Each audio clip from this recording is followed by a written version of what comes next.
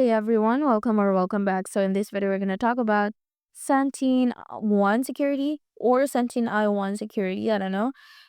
But before we begin, quick disclaimer: everything in this video is based on publicly available information and personal opinion. Also, a lot of you guys are asking me how I did this research so fast. I actually put together a complete guide to show you the exact process. Links in the description. SentinelOne markets itself as an AI-powered endpoint protection solution that detects, prevents, and responds to threats in real time. It's especially popular with businesses that want automated protection and fast responses to ransomware or malware.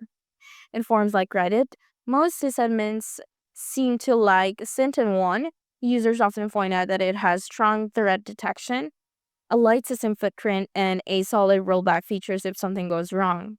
There are some complaints about support delays and false positives, but overall, people say it gets the job done. At the time of this review, there aren't many or any noticeable Trustpilot ratings for SentinelOne. That doesn't necessarily mean anything bad. It's just something to keep in mind when looking for public feedback. For the final verdict, SentinelOne looks like a legit, high-powered option for teams that want real-time protection without constantly babysitting their security software. For managing multiple endpoints or need solid ransomware protection, it might be worth looking into. Just make sure to review your needs first. Now, if you find this video helpful, don't forget to like and subscribe. Thank you for watching, and I will see you in the next one.